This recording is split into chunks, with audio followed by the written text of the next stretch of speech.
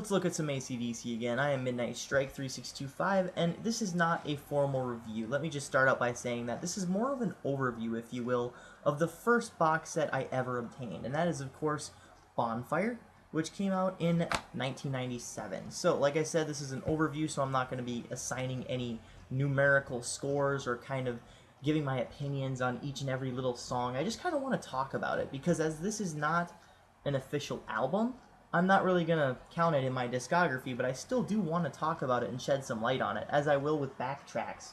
So, this comes with 4 discs, and the 5th, of course, being Back in Black, but I don't really want to count that as original material, and I will get into why a little bit later, but the other 4 discs contain mostly live rarities and, live outtakes in various concerts, back when Bon Scott, their, second lead singer, was alive.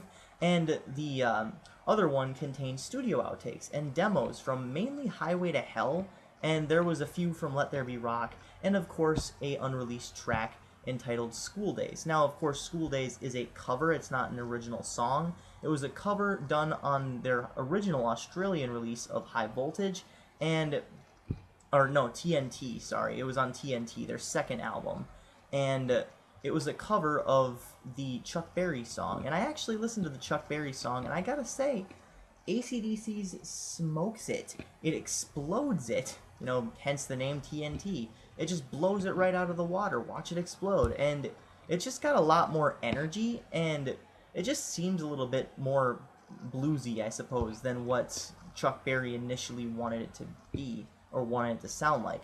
Although, in contrast, I did hear a live cover of Chuck Berry's Johnny B. Good, done by AC/DC, and the Johnny B. Good by Chuck Berry, the original, definitely smokes that one. Bon Scott was so drunk in that concert that he could barely even remember the lyrics, and the recording production quality on that song was just god-awful. So, I guess it does go hand in hand. They do go, a little bit in the irony factor, but this was basically released in 1997, 2 years after AC/DC released Ballbreaker, and it was to commemorate the life of Bon Scott. So, as you can see, this is the Epic Remaster. It has the, picture of Angus Young hopping on Bon Scott's back and playing guitar.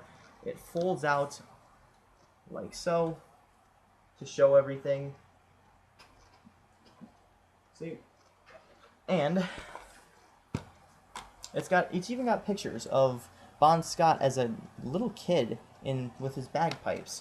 So, in all true AC/DC Epic Remasters fashion, this does come with a comprehensive booklet. It's kind of detailing the life and, times of Bon Scott, and it's really kind of a fascinating read. It's got all these pictures and everything. There's the same picture that it has of him as a kid with the bagpipes on the front. It has some black and white, some color, and it even has what some of the albums have with the written penned lyrics. And this is actually one of my favorite parts of the booklets, is because you get some interesting reading, but you also get some of the song lyrics penned out for you. Now, obviously this is a copy, but it's still pretty interesting, especially reading up on other people's takes on the whole Bon Scott life and death scenario or situation. And it even goes into detail about the future, post Highway to Hell, into the kind of the Back in Black Brian Johnson era, early Brian Johnson era. It doesn't go as far as Flick of the Switch or For Those About to Rock, but just kind of in between 76 or 74 when Bon Scott joined, and 1979 to 1980. So it kind of documents all these things, and there's another picture for you, as well as having a lot, and I mean a lot, of unreleased content. Now, it of course doesn't have Carry Me Home or Cold Hearted Man or Cyberspace, anything like that, Messing with the Kid, anything that's, completely unreleased. Anything like I'm a Rebel, we still need to hear I'm a Rebel. We've only heard Accept's version of that song, and quite honestly, it's not the same. So, yeah, I'm a Rebel was originally a song by AC/DC, but apparently Bon Scott was really drunk during that song, big surprise, and they never released it. unfortunately. So maybe in the ACDC vault sometime in the future they will, but for the most part, this comes with pretty much all you need to have from ACDC if you're an essential fan, which is why this puzzles me. I mean, it says in the booklet why they included it, but right here, Back in Black. This is the standard Epic remastered version of Back in Black. Why?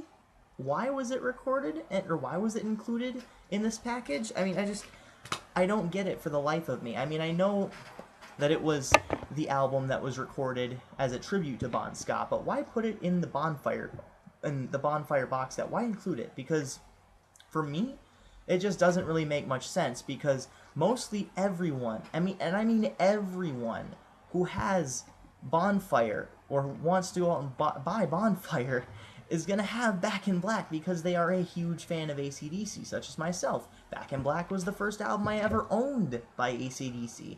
So why in the world would you record, or would you include a second copy? I mean, mostly everyone is going to have Back in Black. And if not, there are a million places you can get it or listen to it for free. So even if you don't want to get it for free and go out and buy it, there's a million places. Pretty much everywhere has it. So I don't get it. I mean, I guess it was just a personal choice for them, for the recording company, for Epic, for AC/DC, just to kind of say, you know, that was the album that was recorded in tribute for Bon Scott, so it would only be fitting to include it in Bonfire.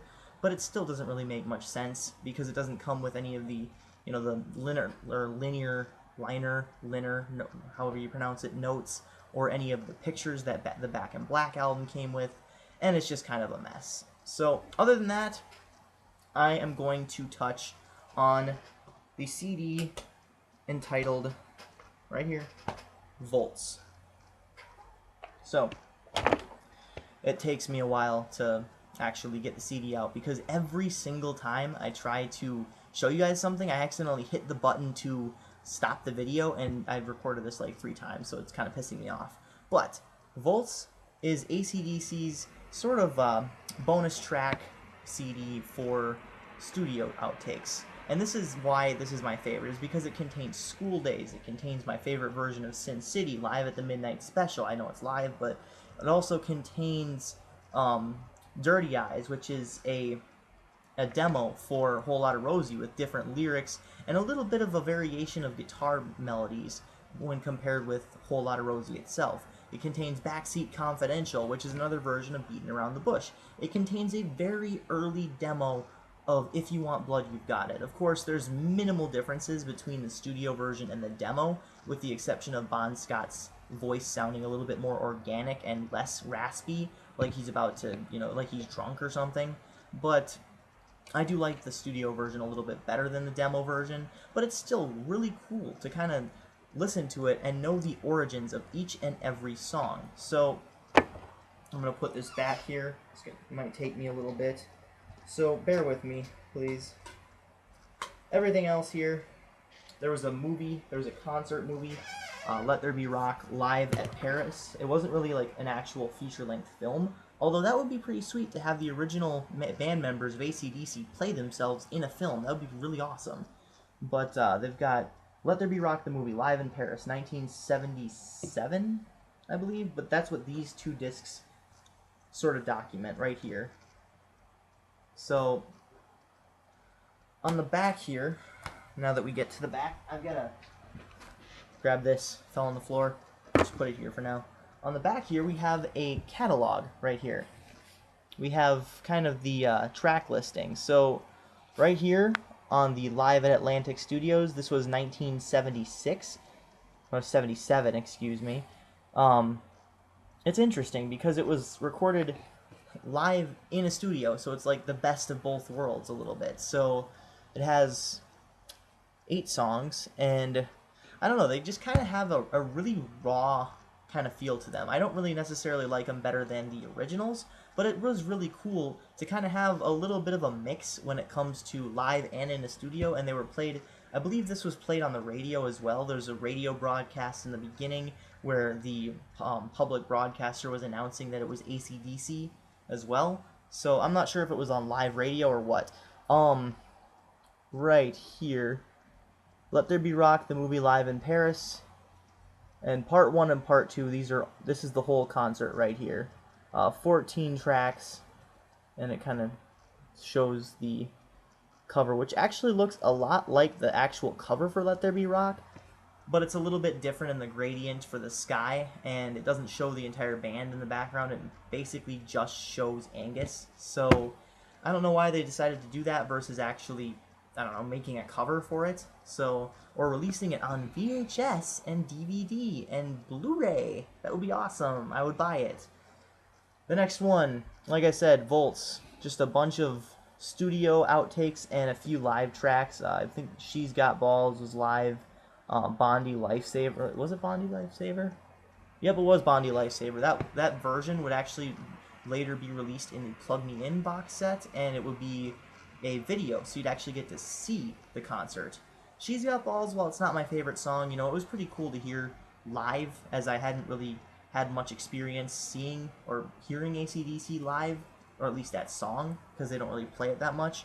One of my favorite things on here, though, is Ride On, because it's a longer version, and it includes an exclusive interview with Bon Scott at the very end. So it's just kind of interesting to hear his take on everything. So I don't know, that's Bonfire in a nutshell. No scores, no nothing. I wasn't actually reviewing it. I'm just gonna, say it's a good find. It's a little bit on the rare side. So unless you're really into AC/DC, I would kind of hold off on it, because you can get the same material from other sources nowadays. But the next time I'm going to be looking or overviewing a box set will probably be 2009's Plug Me In, after I review Black Ice. So until then, I'm going to be reviewing Stiff Upper Lip next. I'm actually listening to it or re-listening to it a little bit, before and after the recording of this video. So with that, thank you very much. This is Midnight Strike 3625. I hope you enjoyed this video. Keep calm and rock on.